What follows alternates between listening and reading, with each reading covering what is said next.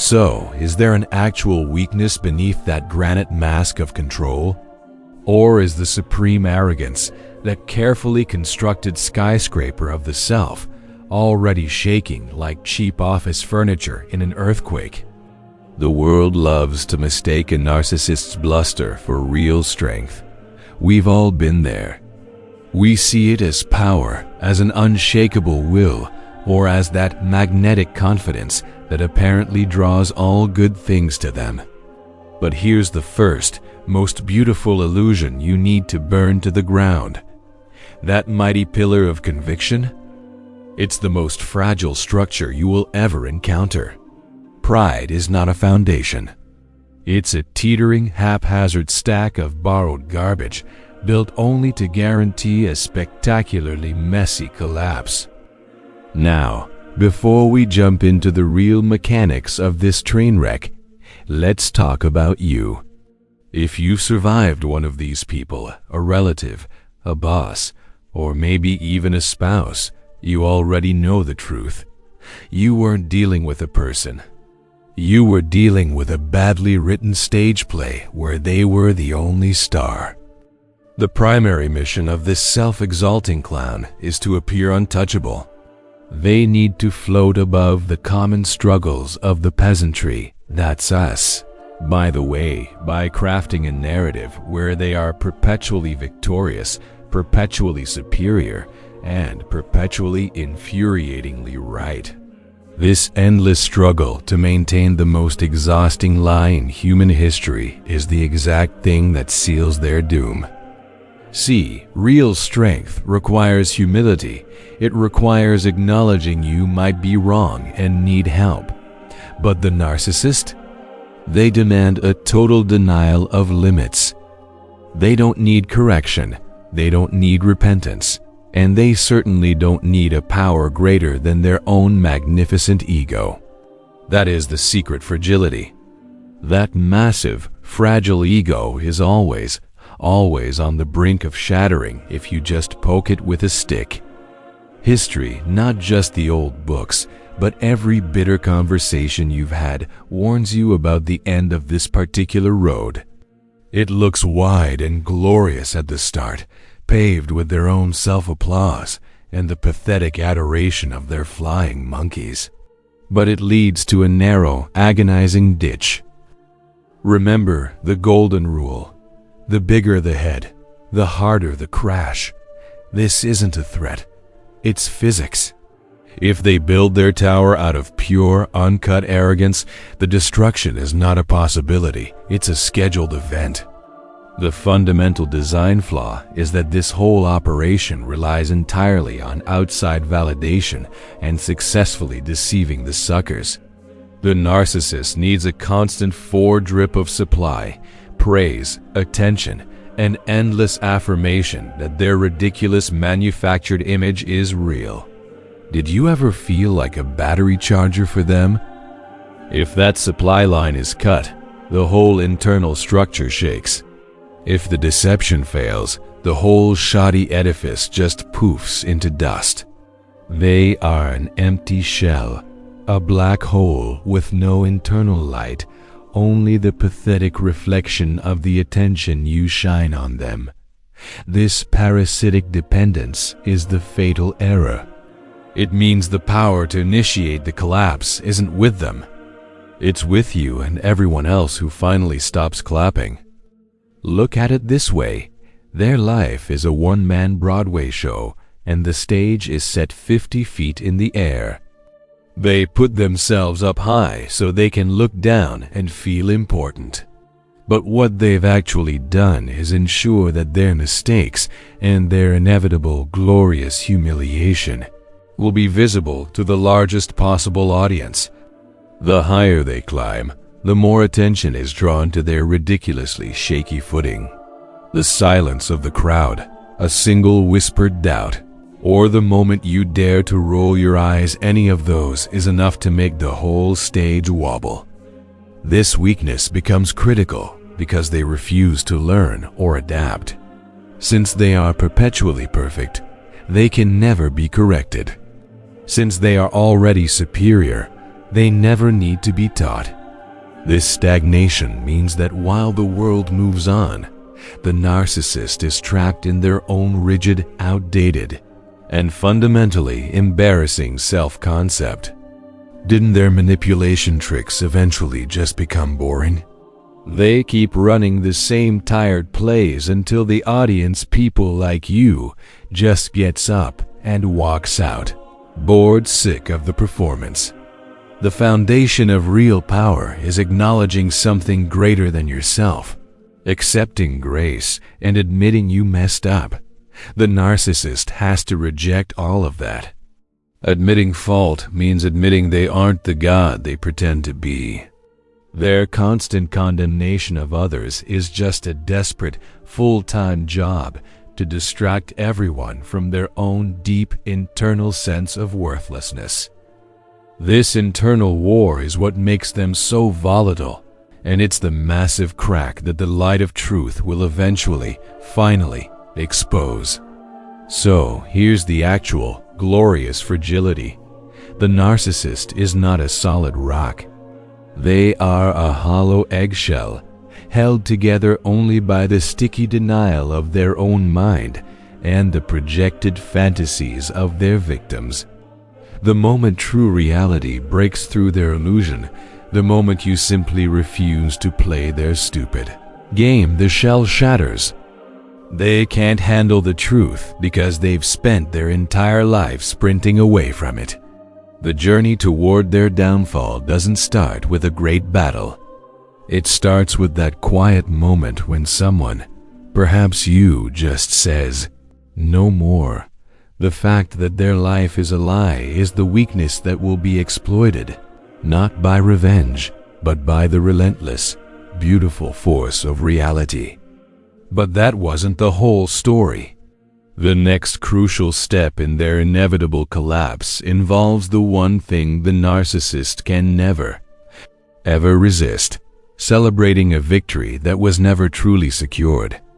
So, why does the narcissist constantly rush to declare victory, often before the dust has even settled or the final check clears?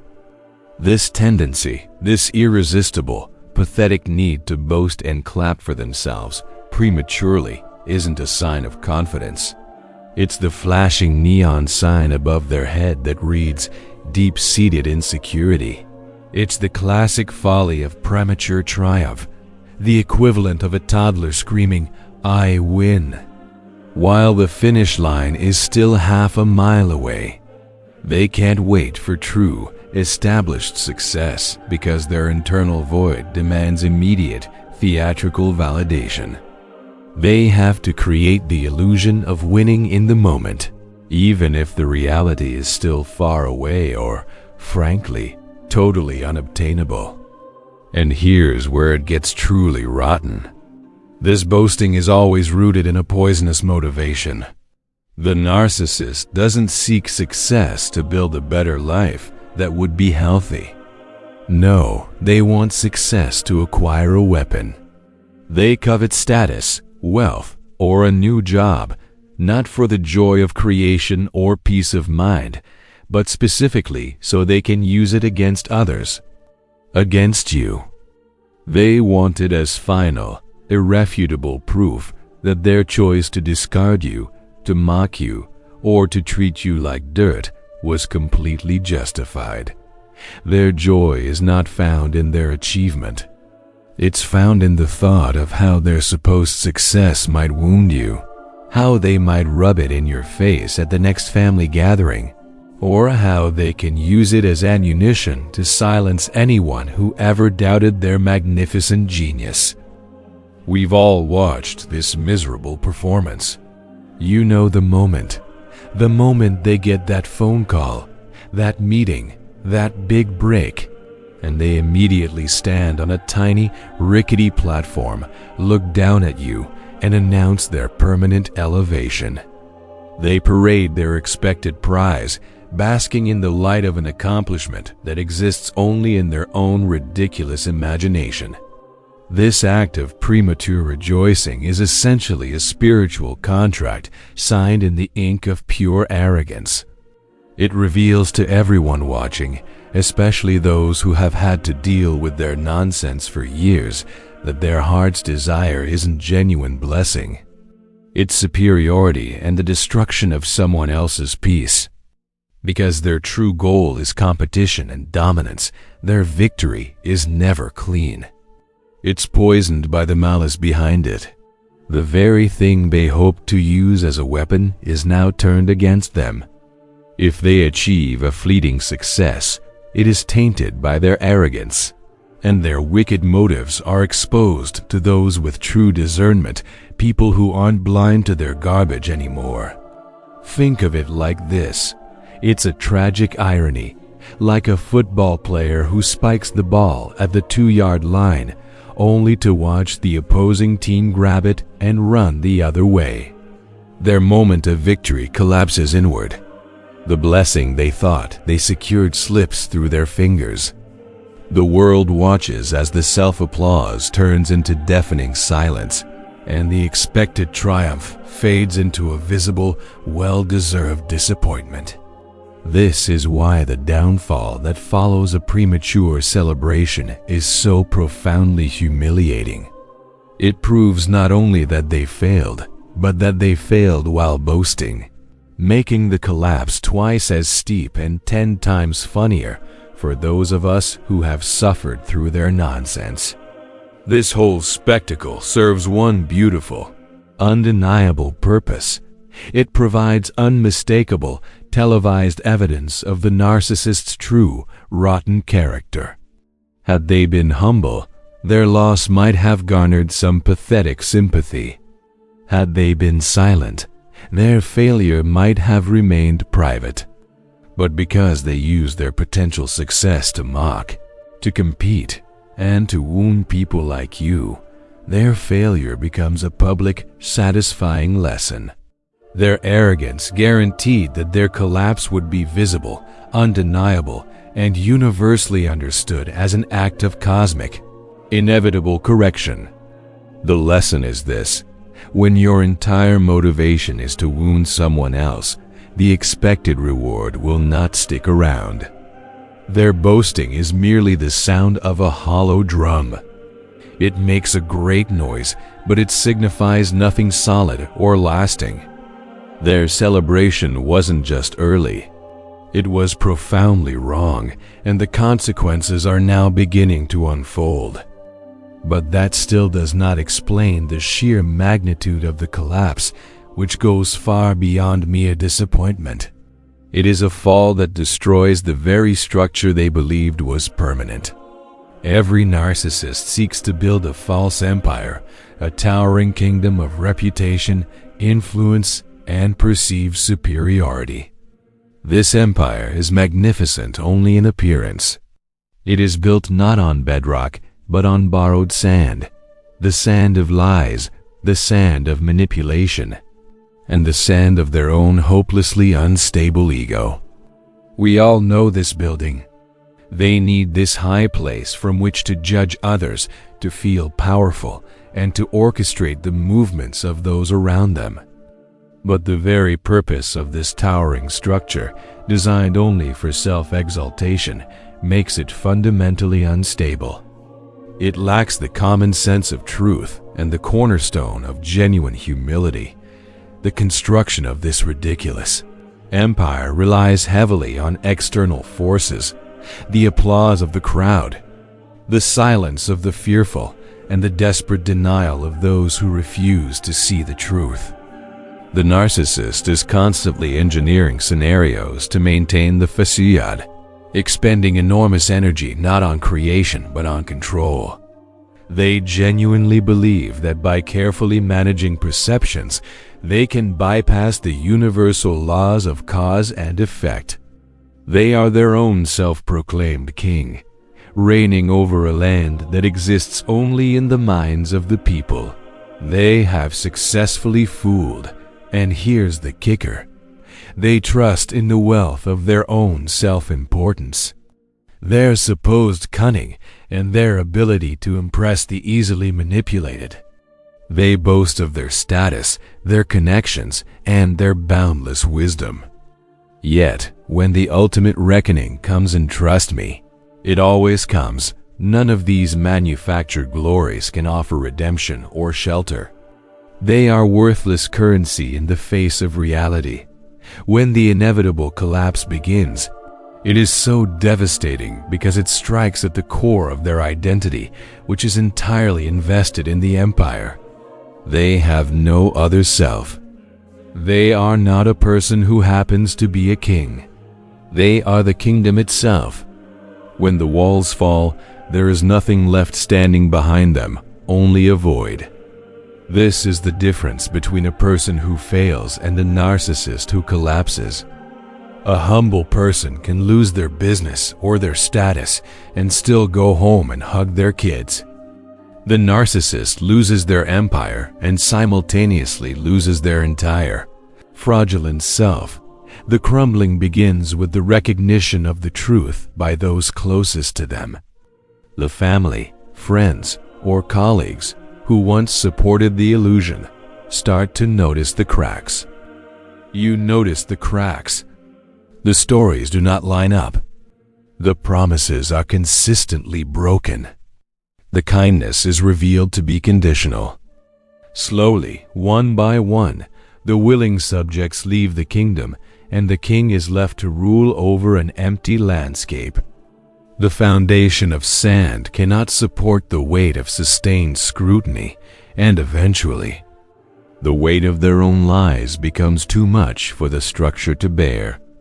The narcissist fights this exposure with increasingly desperate and aggressive tactics.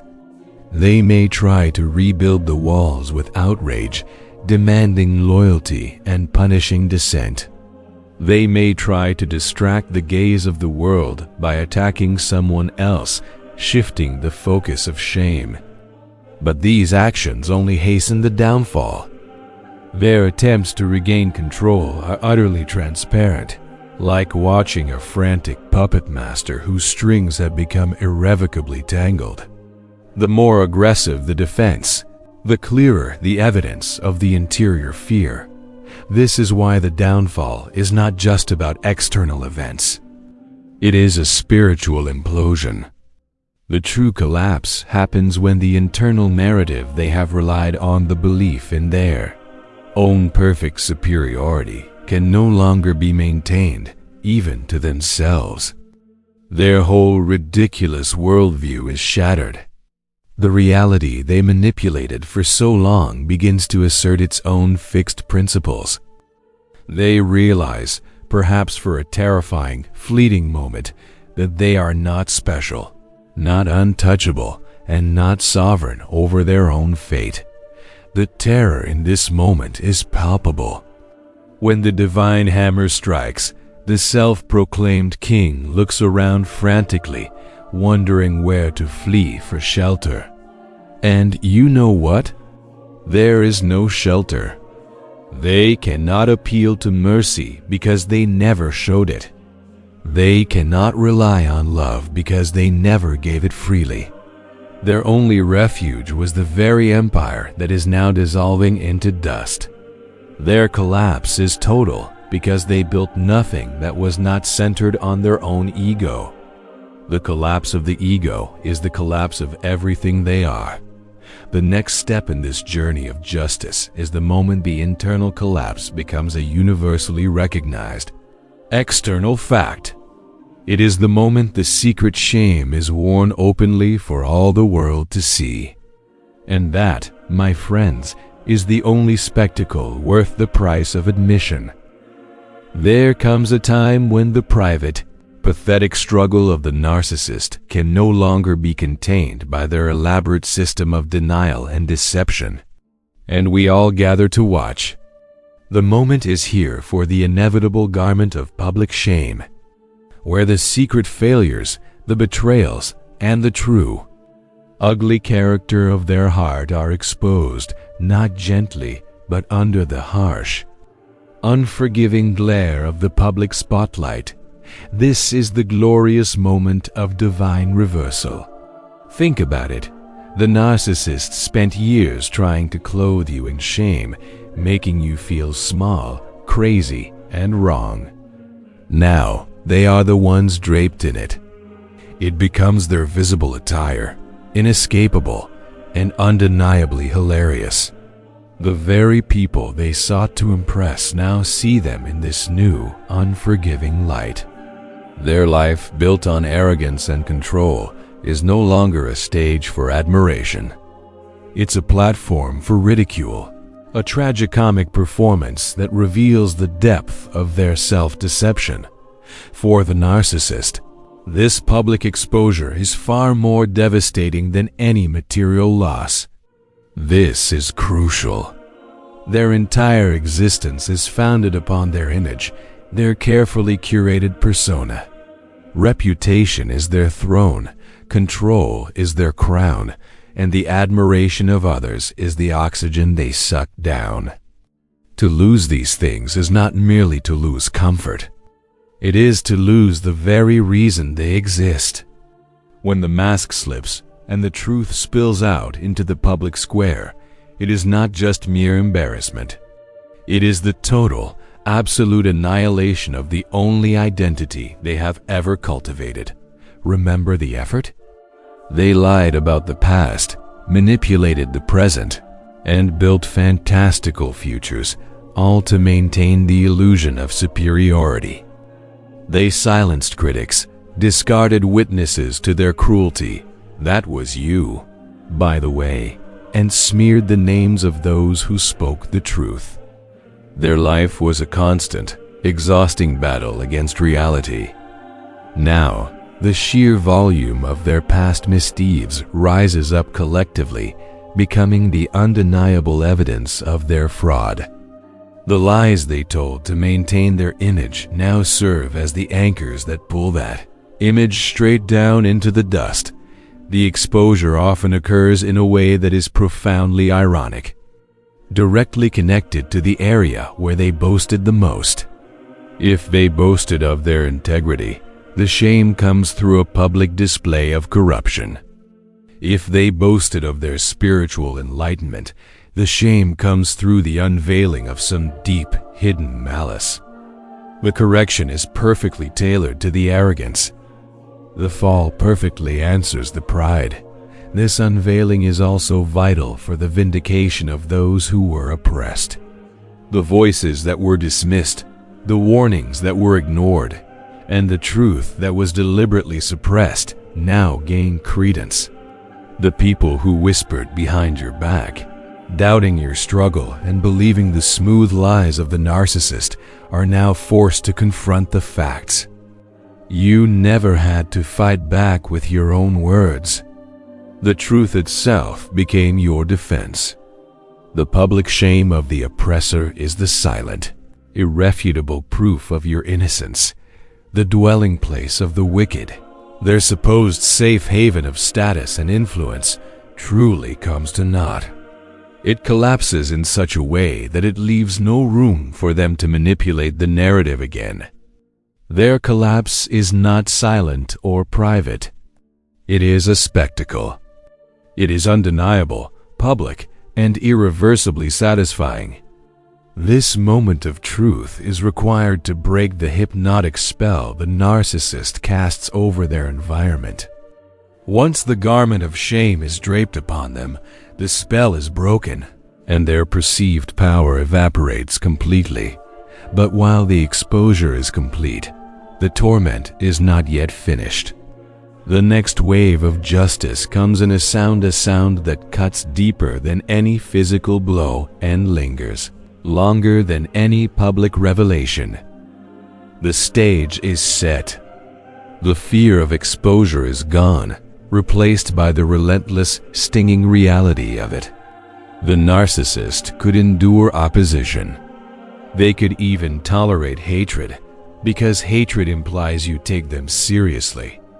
But there is one thing the fragile, balloon-like ego cannot survive: the bitter echo of collective mockery.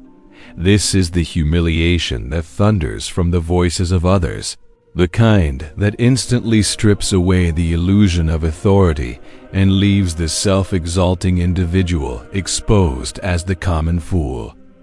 It is the sound that cuts deeper than any sword, because it aims directly for the one thing they worship, their image. The fall into public shame is quickly followed by this glorious chorus of derision. The stage they built for admiration now serves as a theater of scorn. They are no longer the celebrated star. They are the punchline, the object of pity mixed with sharp, delicious amusement. They sought applause but found derision. They longed for recognition but were clothed in ridicule. This is pure annihilation. For the narcissist, image is everything, and the loss of image to laughter is game over. Laughter is the one weapon that renders their carefully cultivated severity absolutely powerless. It announces to the world that the emperor has no clothes, and, even worse, that the crowd finds the whole situation profoundly funny. This sound erases all the accumulated fear and false respect they manipulated people into feeling. It reduces the mighty pretender to nothing more than a source of cheap entertainment, and who is laughing? It's not just strangers. It's the very inner circle they tried to impress. The family members who once held their peace now exchange knowing, vindicated glances. The colleagues who nodded along to the boasting now remember the warnings you gave them. The friends they discarded or demeaned now witness the truth and feel a chilling, powerful sense of "I told you so." It is a chorus of mockery that rises up, and in that sound, the narcissist feels their self shrinking. Their pride, once a great balloon of arrogance, deflates under the weight of collective ridicule. Why do they find it impossible to escape the sting of this relentless mockery? Because every defense they attempt only makes the laughter louder. If they rage, they look like a spoiled child throwing a tantrum, reinforcing the image of immaturity. If they retreat into silence, they are seen as sulking, confirming their weakness. If they try to manipulate the narrative, their attempts are instantly recognized as the same old, tired lies, generating a fresh, hysterical wave of contempt. They cannot win against laughter, because laughter bypasses their control mechanisms entirely. The humiliation is amplified by the fact that they never built a true community of genuine relationships. They built an audience of admirers or a cage of subordinates. When the show ends, the audience disperses and the subordinates rejoice. There is no one left to offer genuine comfort or grace because they never sowed the seeds of reciprocal love or loyalty. They are isolated by their own exposed malice, and the only sound that remains with them is the echoing scorn. This relentless echo follows them everywhere. It creeps into their conversations, where they suspect every pause is a suppressed chuckle. It haunts them in their solitude, where the whispers they once heard behind their back now seem to be thundering in their own empty head. The sound does not fade quickly, for the wound it inflicts is on their very core, the ego they worship. The outcome for such a man is always public exposure, shame that becomes a proverb, and a life that serves as a public lesson. Their name, once spoken with false admiration, now elicits smirks. This ridicule serves an undeniable, beautiful purpose. It is an instrument used not for simple cruelty, but for profound, necessary correction. The arrogance that refused to bend must now be broken. The heart that would not humble itself must be laid low by a force it cannot manipulate. The laughter that surrounds them is not merely the sound of human voices. It is the echo of justice, reality's firm declaration that no lie can stand forever and no pride can remain untouched. The noise of their collapse is the necessary precursor to the quiet peace of the one they tried to destroy, and it all comes back to the one thing that drove their actions from the start: a constant, poisonous comparison. That's the last piece of the puzzle. So what truly drives the relentless, destructive behavior of the narcissist? It's not ambition in the healthy sense that would require building something. It's a ceaseless, pathetic need for validation found only in the defeat of others. This is the pain of profane comparison, a twisted calculus where their own worth is never measured against truth, but only by the single metric of proving they are demonstrably above you. They are perpetually locked in a competition you never even agreed to enter, and this obsession becomes the engine of their own spectacular undoing. The narcissist cannot simply enjoy a blessing. If they receive a promotion, the first thought isn't gratitude. It's, does this make me visibly superior to the person I envy? If they acquire a new car, they instantly calculate how it might be leveraged to induce envy or shame in another. Their success is hollow unless it can be weaponized. They must see you diminished for them to feel even momentarily elevated. This constant need to look down on others reveals the black hole of emptiness within. The healthy path is simple. Find joy in the integrity of your own work without needing to measure it against a neighbor. The narcissist rejects this entirely. They don't prove their own work. They spend all their effort attempting to discredit yours. They cannot rejoice in themselves alone. Their fleeting happiness is entirely contingent upon your visible lack of it. This twisted obsession becomes the exact chain that binds them to their own downfall.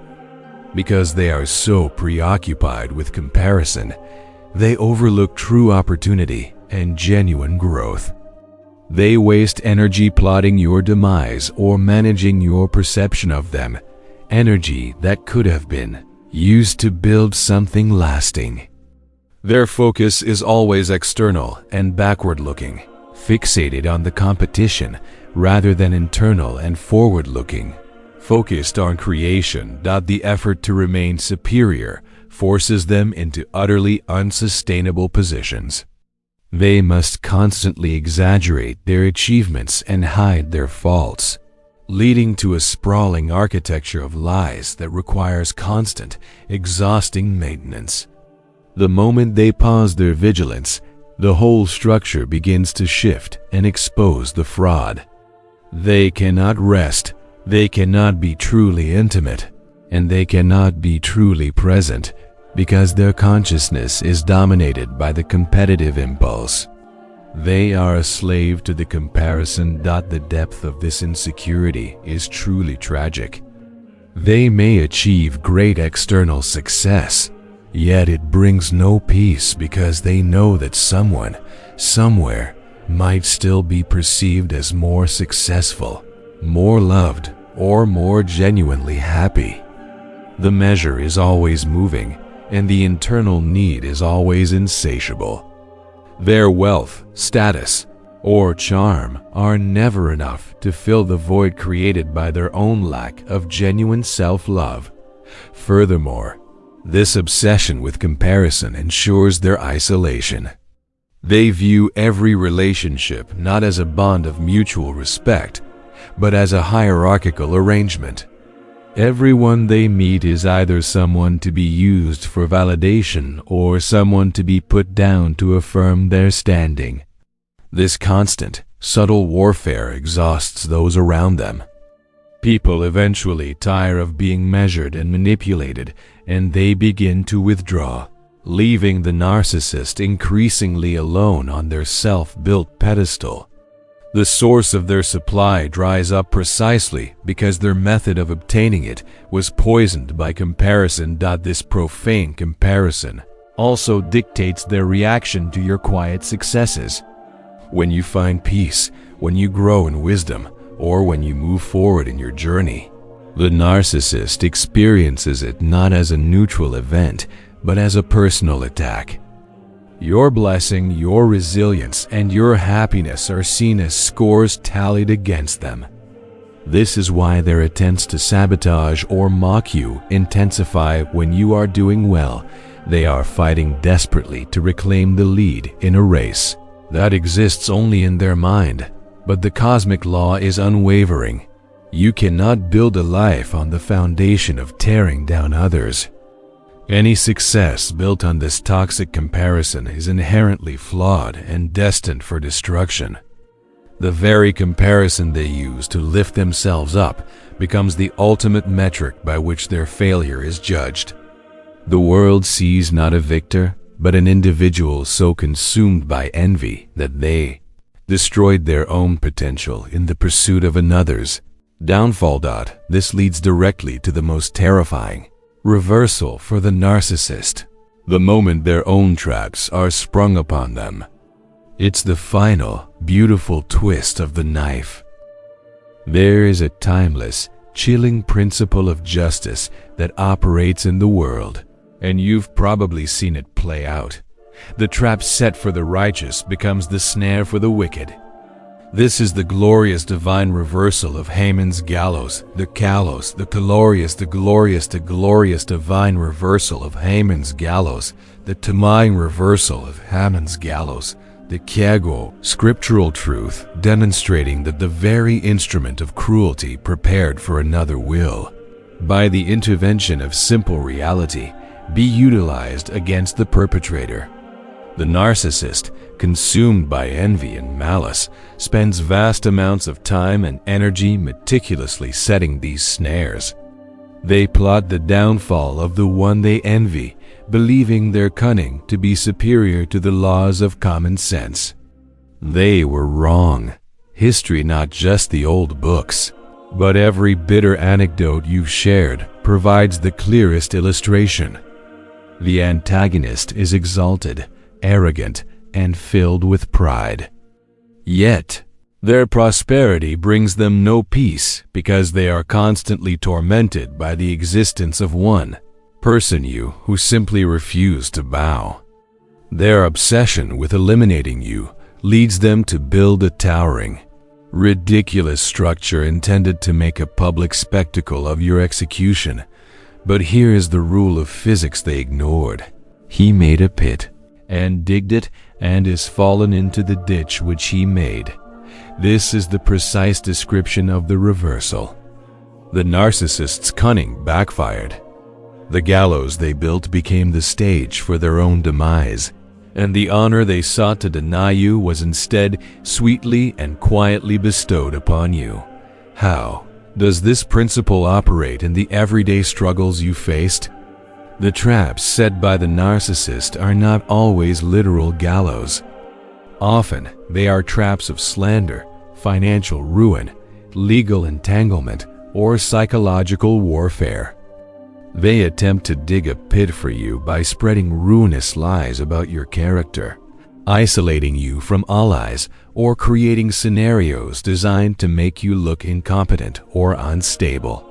They invest their effort, their focus, and their malicious intent into constructing this downfall. The deeper the pit they dig, the greater the velocity of their own fall. Because their motive is malice and their method is deception, the very mechanisms they put in place are unstable. A lie must be constantly propped up by other lies. A manipulation requires endless maintenance. When the light of truth shines, or when divine timing simply gets bored, the entire construction collapses, and the sheer weight of the effort they put into the trap pulls them straight down into it. Consider the energy wasted. Every hour spent plotting your shame was an hour they failed to invest in genuine, productive activity. Every word of slander they spoke is now recorded and becomes a witness against them when their own credibility is tested. The trap, intended to destroy you, becomes the perfect, tailored instrument for their own exposure. It is the perfect justice because the consequence directly mirrors the crime. For the one who has endured the setting of these snares This reversal provides an immense, satisfying relief. You were never required to physically dismantle the trap or argue with the villain. Your only task was to simply stay out of the hole. Your deliverance comes not from your strength to fight, but from the simple, divine law that wickedness is fundamentally self-defeating. You simply watch from a place of peace as the one who boasted of their strategy finds their own feet tangled in the cords of their own making. The final irony is that the downfall occurs at the height of their self-proclaimed power, often just when they believe the trap is about to spring on you. They stand at the edge of the pit they dug, ready to enjoy your fall. And in that moment of prideful anticipation, the earth gives way beneath their own feet. This is the reversal. The plot turns against the plotter. The snare catches the setter. But the collapse of the illusion of power triggers something desperate and ugly in the narcissist, a primal reaction that reveals the profound immaturity beneath the false authority. When the complex machinery of the narcissistic defense system finally fails, when the mask breaks and the stage collapses, the reaction is almost universally shocking in its immaturity. The self-exalting individual does not bow their head in solemn acceptance or seek genuine repentance. No, they lash out in a devastating display of childish rage. This is not the measured anger of a soul wronged. It is the fury of a spoiled toddler denied a toy uncontrolled, isolating and highly destructive to their already shattered image. This sudden, unholy tantrum is the critical moment of revelation. It shows that the purported adult, the person who boasted of their authority and wisdom, is fundamentally emotionally underdeveloped. The slightest wound to their pride, the smallest crack in their image, triggers a catastrophic meltdown. The facade of controlled sophistication vanishes, replaced by stomping feet, sulking withdrawal, slamming doors, and bitter curses. Anyone who has dealt with them knows this nightmare scenario. The saying is brutally clear: if a wise man contendeth with a foolish man, whether he rage or laugh, there is no rest. This describes the no-win scenario of interacting with the exposed narcissist. They are caught in a storm of wounded pride, unable to find rest. If they rage, they are consumed by fury. If they try to mock you, their laughter is hollow and quickly silenced by their own internal torment. Their soul becomes a perpetually churning storm, and you finally get to watch it from a distance. But what does this sudden outburst reveal about the true, hollow weakness at their core? The tantrum is an admission of absolute powerlessness. It is the last desperate attempt to regain control when all manipulation has failed. They cannot accept correction because acceptance implies fault, and fault threatens the foundation of their identity. Therefore, they choose fury over humility, chaos over truth. The more fiercely they rage, the more foolish they appear, cementing the public perception of their utter fragility. This rage is not about justice. It is about the self-preservation of the ego. They rage not because they have been wronged by others, but because reality itself has been cruel enough to expose their deception. The tantrum does not restore their image. It shatters it further. The spectacle confirms to all observers that their supposed strength was merely a coat of paint over a desperately insecure interior. They follow the ancient, pathetic path. Wounded pride leads to furious anger. Instead of choosing repentance, their fragile ego turns to spite. The narcissist cannot endure the humiliation of being outshined, and their fury blinds them further, often leading to increased aggression or spiteful, final acts of attempted sabotage. The tragedy of the rage is that it accomplishes the exact opposite of what is intended. The narcissist craves adoration and fear. Their tantrum provokes disrespect and withdrawal. They seek to silence the laughter. Their fury only multiplies the whispers. The more they thrash, the clearer it becomes that their life is unmanageable when not supported by lies.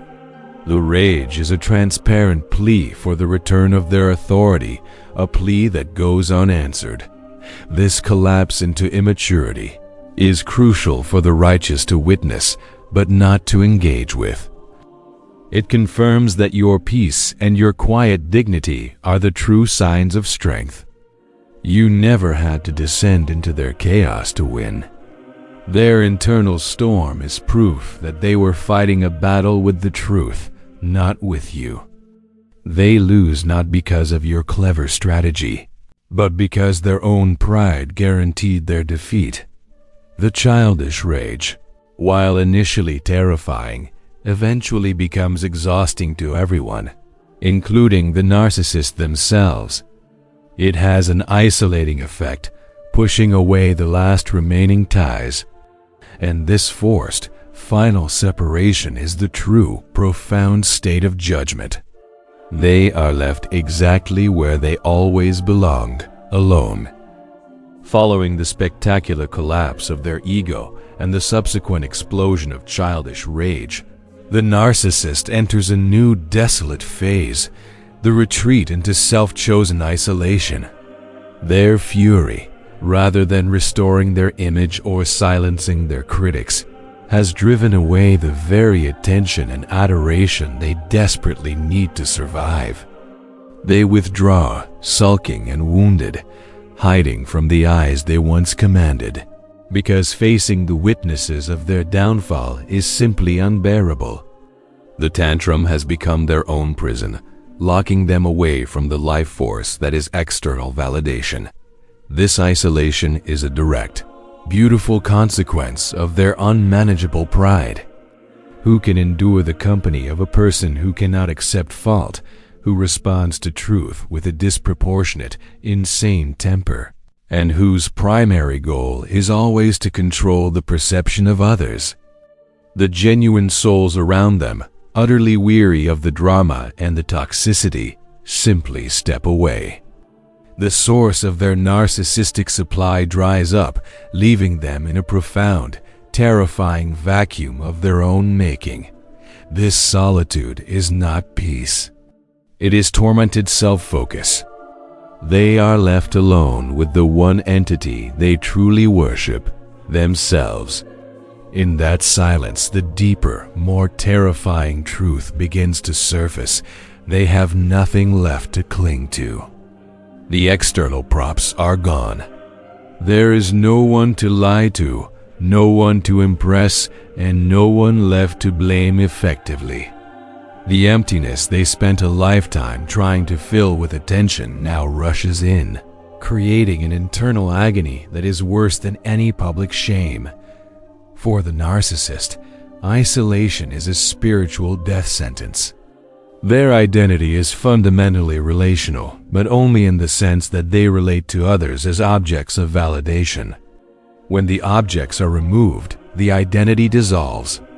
They cannot endure the stillness because the only voice they hear is the echo of their own conscience, a voice they have silenced and denied for decades. They must face the fragments of their shattered pride scattered in the dust, and they have no tools, no humility, no faith, no genuine compassion to begin the work of true repair. This period of forced isolation serves as a chilling warning. It demonstrates that a life built on image and control is not sustainable. The price of this profound egoism is always the loss of genuine connection and the terror of being left alone with the unvarnished self.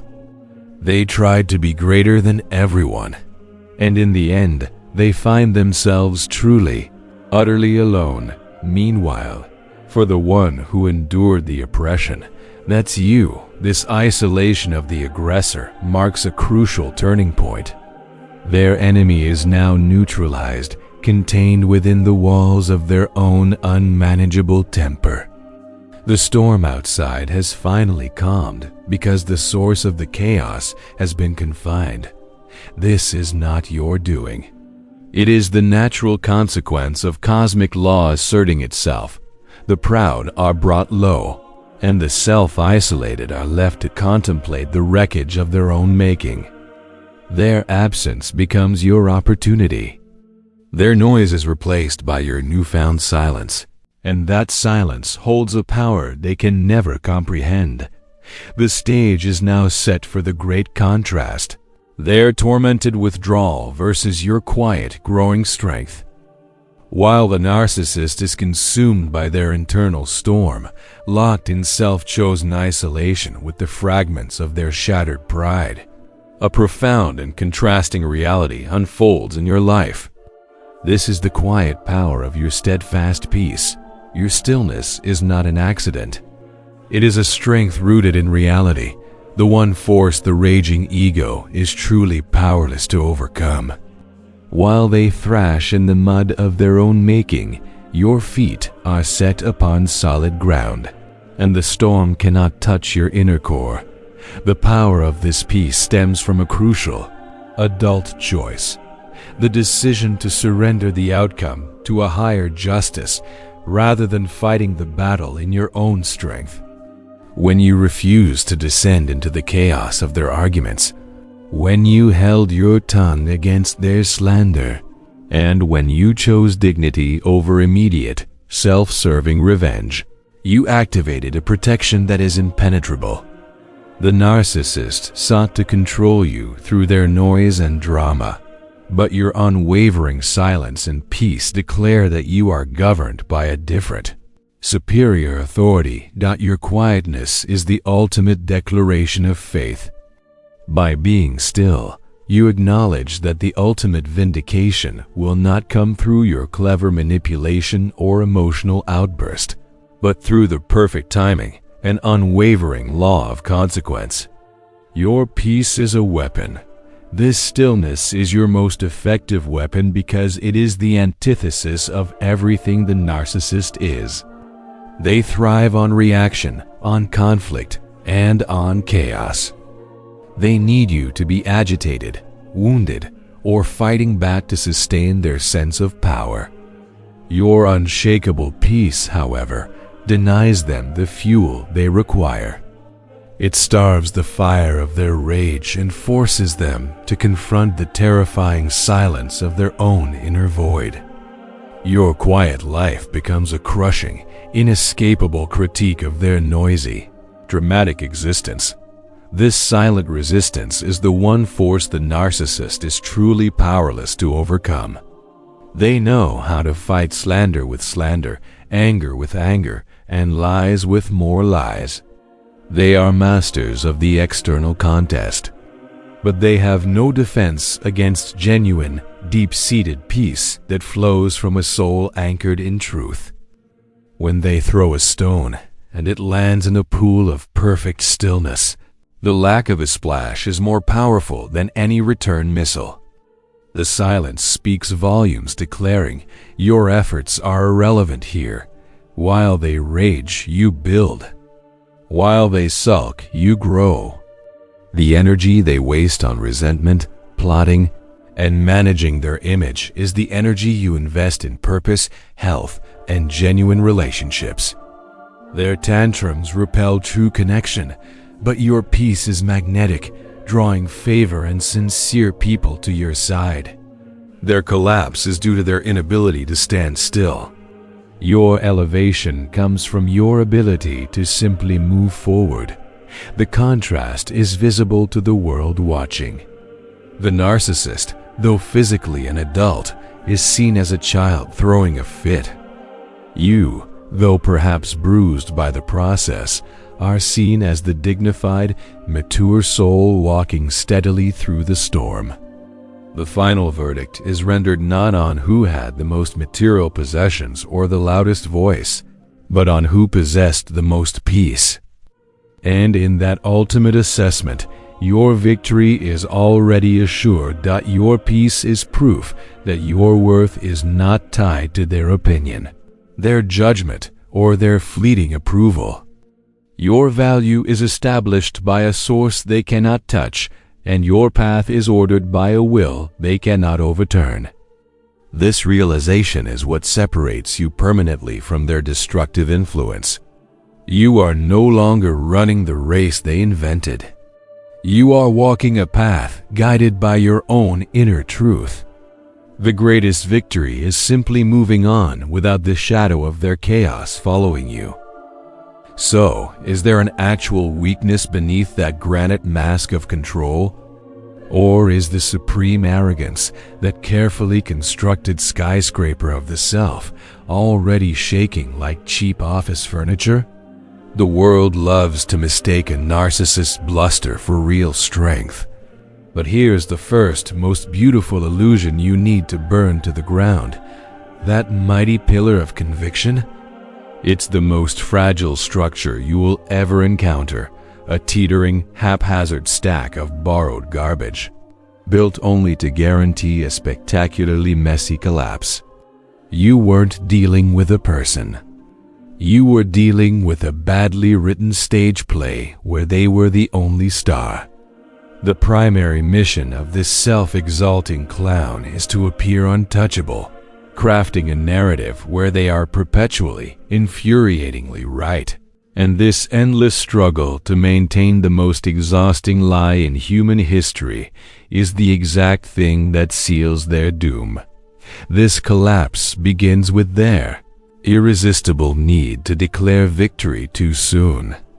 Why does the narcissist constantly rush to boast and clap for themselves prematurely? Because their success is hollow unless it can be weaponized against you. Their joy is not found in their achievement. It's found in the thought of how their supposed win might wound you, how they might rub it in your face, or how they can use it as ammunition to silence anyone who ever doubted their genius. This act of premature rejoicing is essentially a spiritual contract signed in the ink of pure arrogance, and the universe does not honor it. It's like a football player who spikes the ball at the 2-yard line, only to watch the entire spectacle collapse inward, ensuring that they failed while boasting, making the humiliation twice as steep and 10 times funnier for those of us who have suffered through their nonsense. Every narcissist seeks to build a false empire, a towering kingdom of reputation and influence. But the entire structure is built not on bedrock, but on borrowed sand, the sand of lies and the sand of their own hopelessly unstable ego. The construction relies on the applause of the crowd, the silence of the fearful, and the denial of those they have successfully fooled. You know this building. When the inevitable collapse begins, it is so devastating because the narcissist has no other self. When the walls fall, there is nothing left standing behind them, only a void. They fight this exposure with increasingly desperate and aggressive tactics, demanding loyalty and punishing dissent. But their attempts to regain control are utterly transparent, like watching a frantic puppet master whose strings have become irrevocably tangled. The collapse of the ego is the collapse of everything they are. Then comes the moment of unavoidable exposure, the inevitable garment of public shame. The narcissist spent years trying to clothe you in shame. Now, they are the ones draped in it. Their life, built on arrogance and control, is no longer a stage for admiration. It's a platform for ridicule. To lose their image is to lose the very reason they exist. When the mask slips and the truth spills out into the public square, it is not just embarrassment. It is the total, absolute annihilation of the only identity they have ever cultivated. This exposure is vital for the vindication of those who were oppressed. You never had to fight back with your own words. The truth itself became your defense. This is quickly followed by the one thing the fragile ego cannot survive: the bitter echo of collective mockery. They are no longer the celebrated star. They are the punchline. Laughter is the one weapon that renders their cultivated severity powerless, announcing to the world that the crowd finds the whole situation profoundly funny. The laughter rises not just from strangers, but from the very inner circle they tried to impress. You finally get to watch it from a distance as their great balloon of arrogance deflates under the weight of ridicule. Every defense they attempt only makes the laughter louder, confirming that their chaos is not about justice, but about the self-preservation of an unstable ego. What truly drives this destructive behavior? It's not ambition. It's a ceaseless, pathetic need for validation found only in the defeat of others. This is the pain of profane comparison, a twisted calculus where their own worth is measured only by proving they are demonstrably above you. Their success is hollow unless it can be weaponized against you, a constant, toxic competition you never even agreed to enter. This obsession with comparison becomes the exact chain that binds them to their own downfall.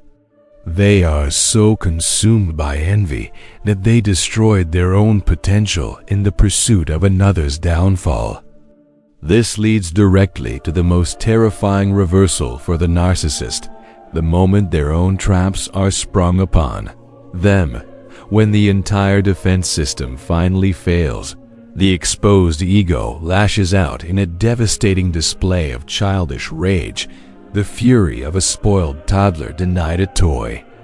This is the admission of absolute powerlessness, the last desperate attempt to regain control when all manipulation has failed.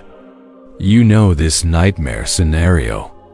The tantrum does not restore their image. It shatters it further. The spectacle confirms that their supposed strength was merely a coat of paint over a desperately insecure interior. This rage, while initially terrifying, eventually has an isolating effect, pushing away the last remaining ties. They are left exactly where they always belonged, alone. Meanwhile, for the one who endured the oppression, that's you. This isolation of the aggressor marks a crucial turning point. Their enemy is now neutralized, and their noise is replaced by your newfound silence. This stillness is your most effective weapon because it is the antithesis of everything the narcissist is. You are engaging in the most effective form of warfare by simply walking away and allowing the unseen hand to take control. You do not have to lift a finger in retaliation. Your unshakable peace denies them the fuel they require. When they throw a stone and it lands in a pool of perfect stillness, the lack of a splash is more powerful than any return missile. Your quiet life becomes a crushing, inescapable critique of their noisy, dramatic existence. Your victory is not a conquest. It is a deliverance. You emerge from the struggle not weary from a long fight, but strengthened by the knowledge that you were protected and defended without exhausting your own resources. The greatest victory is simply moving on without the shadow of their chaos following you. The final, lasting reward for holding your peace in the face of all that chaos is not material wealth or public applause, but a profound spiritual security. This is the unshakable foundation of humility's crown.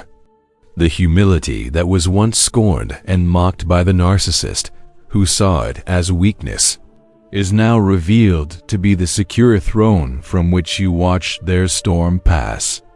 It is the only position that is genuinely impervious to attack because it rests on reality, not on fleeting external validation.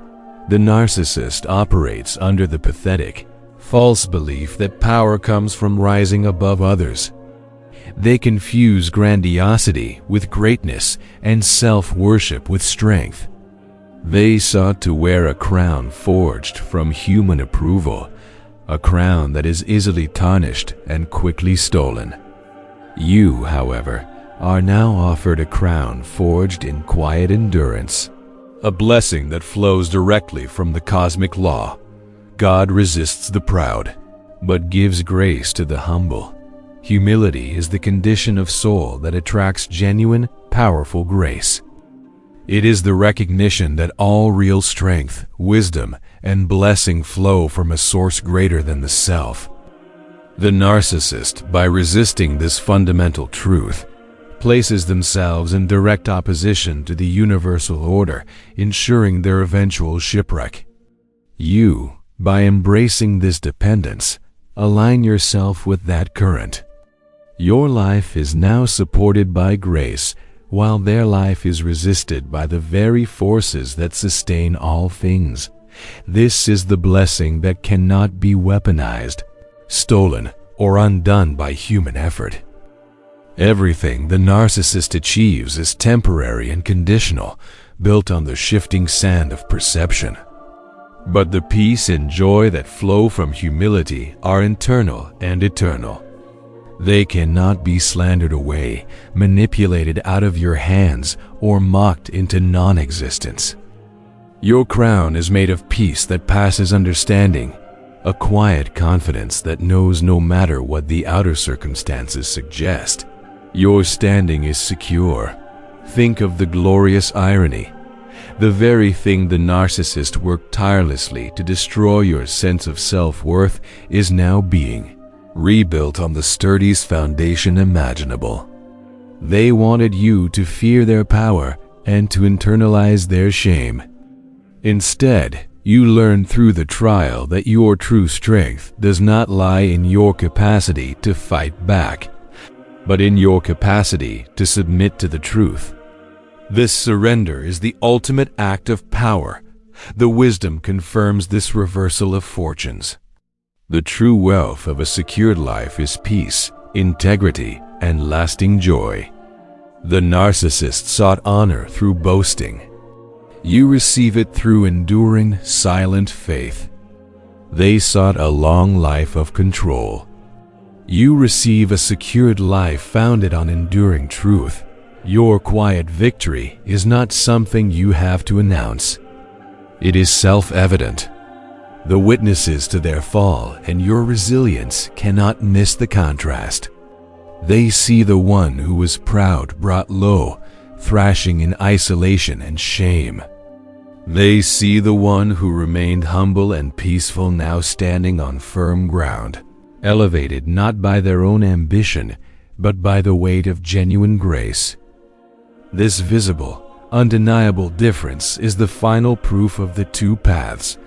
The way of pride leads to destruction, and the way of humility leads to security. Having secured this unshakable foundation, the next step in the divine plan involves the orchestration of events that make your vindication undeniable, the meticulous timing of all things.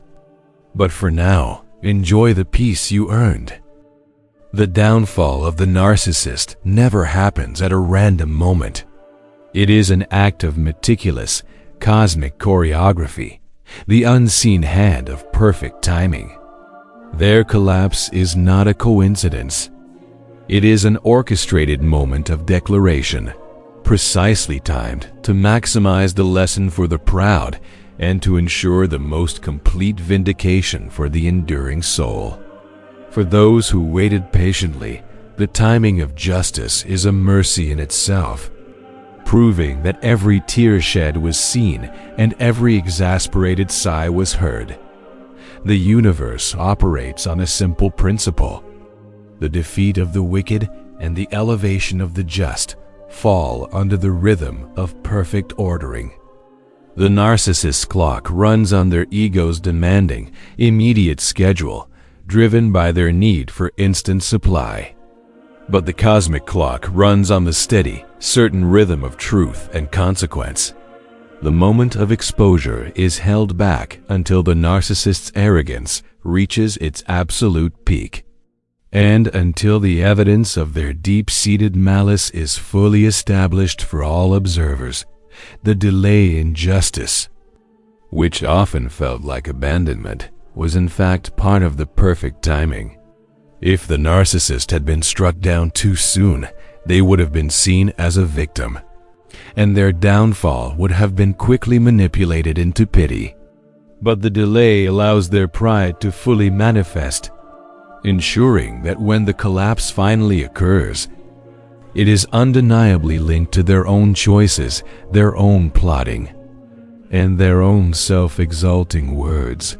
What evidence is given to those who doubted your story and whispered behind your back? The evidence is in the devastating contrast of the collapse. Those who once believed the narcissist's lies are now forced to reckon with the diva side of the proud one, brought to undeniable public shame.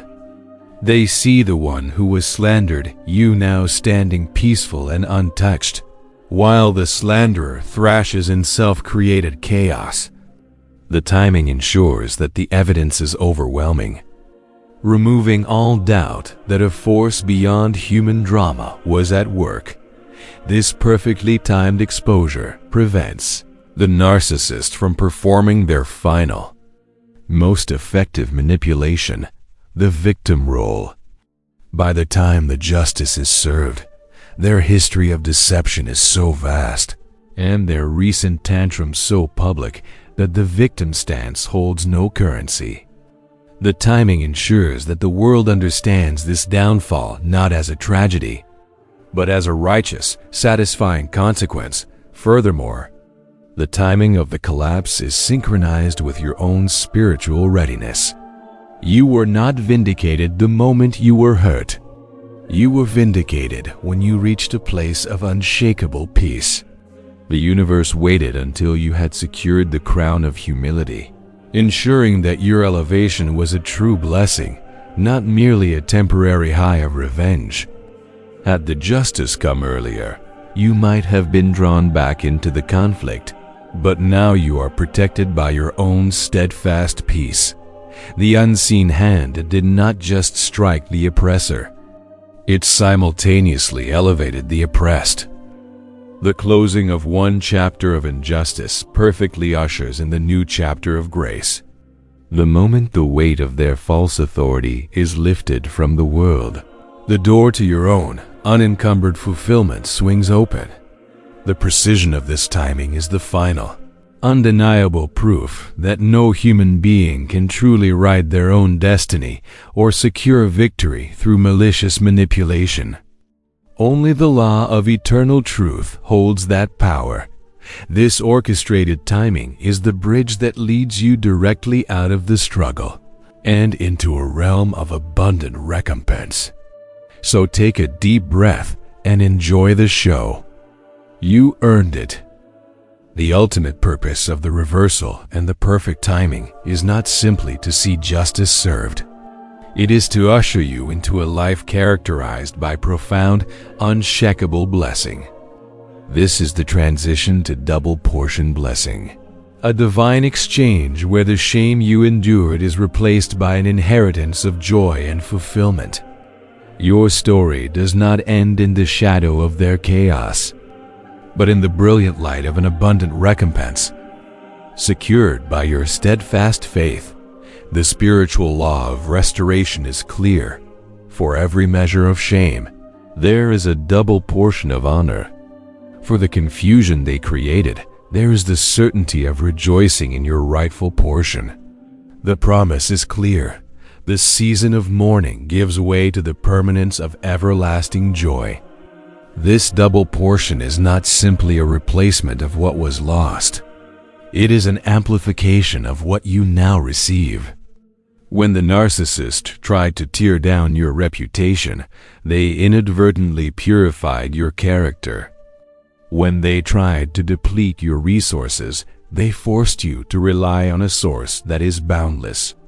The blessing that follows is multiplied because the foundation upon which it is built, your humility and reliance on truth, is now stronger than it. ever was before the trial. But how is this new chapter fundamentally different from the life you left behind? Firstly, the new chapter is characterized by unconditional peace. The life lived under the shadow of the narcissist was conditional, always dependent on managing their mood and avoiding their traps. Your new life is built on a peace that is independent of external circumstances, a calm assurance that no external storm can truly shake. This peace is the proof that you are no longer competing in their destructive game. Secondly, the blessing is pure in its intent. The success the narcissist sought was always poisoned by the intent to weaponize it against you. Your fulfillment, however, is pure. It is given by grace, not seized in malice. It brings forth joy that is shared freely, creating true community and genuine connection, rather than the isolated, guarded kingdom the narcissist attempted to build. Thirdly, the fulfillment is sustainable and secure. The narcissist's empire dissolved because it was built on lies and sand. Your new life, founded on the immovable rock of truth and justice, is sustainable. The blessings that flow are those that cannot be stolen: integrity, wisdom, healthy relationships, and a deep-seated appreciation for life. These are the treasures that the self-exalted individual can never possess. No matter their material success, you now step forward into this new inheritance with dignity. The laughter of the crowd that once mocked the narcissist now fades, replaced by the quiet admiration of those who see the grace upon your life. Their story is a cautionary tale of hubris and ruin. Your life is a luminous testimony of resilience and divine faithfulness. You did not have to strive, scheme, or strike back. You simply endured, and your endurance became the magnet for this double portion. The remnants of the struggle are now behind you, confined to the wreckage of the one who opposed you. You leave behind the comparison, the competition, and the constant threat of shame.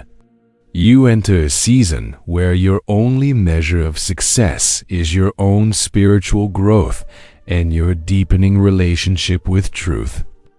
This is the promise of fulfillment, a future written not by the malice of men, but by the magnificent hand of justice and love.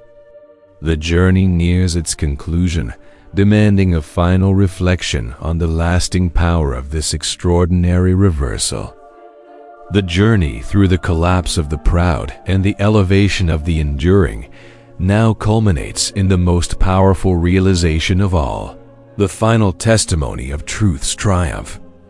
Your story concludes not in exhaustion or defeat, but in vindication, a lasting proof of faithfulness that speaks louder than any boast or accusation ever could.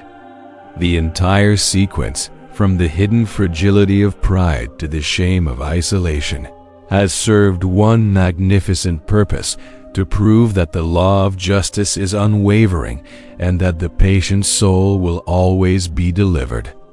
The life of the narcissist becomes a sealed book, a cautionary tale etched into the memory of all who witnessed the spectacle. Their name is now associated with the bitter fruit of arrogance, a public reminder that human cunning is no match for the ultimate sovereignty. They sought to be remembered as the conqueror, but history records them as the fool who celebrated too soon and whose foundation was built on nothing but self-delusion. This is their portion, a life that serves as a profound warning against the dangers of unrepentant pride. Your life, conversely, becomes an open book of hope and enduring strength. The trials you faced, the pain you carried, and the peace you maintained are now visible proofs of your resilience. The world sees your silent victory, your quiet elevation, and the genuine, unforced blessings that flow into your life. The testimony is clear. The one who remained humble was elevated. The one who surrendered vengeance was vindicated. This is the enduring truth that rises from the dust of their collapse. The expected end for the soul that endures is always peace and prosperity, a future anchored in hope. The chaos and the confusion they tried to inflict upon you were never the final destination. They were merely the rough waters you sailed through to reach this secured harbor of peace. The narrative of your life is restored to its rightful, dignified trajectory. The final act of grace is that you can now look back without bitterness, because the hand that guided you through the darkness has extinguished the darkness itself. You are free not just from their physical presence, but from their spiritual influence. The chains of comparison, shame, and fear are broken, and the memory of the conflict serves only to deepen your appreciation for the tranquility that now reigns. This is the complete and absolute victory, where your spirit is restored to a place of rest. The turmoil has passed, the storm has subsided, and the great reversal is complete. Take a deep, gentle breath and know that the power that delivered you is the same power that now sustains you. The chaos and the noise are behind you, replaced by a profound and steady stillness. May your heart find quiet rest, assured in the knowledge that you are walking a path secured by grace and marked by undeniable truth. Your enduring strength has been proven, and your dignity is fully restored. Step forward into the sunlight of your new portion, a life crowned by peace that transcends all understanding and shadowed no more by the self-condemnation of another. Your victory is serene, your foundation is firm, and your future is one of lasting, peaceful fulfillment.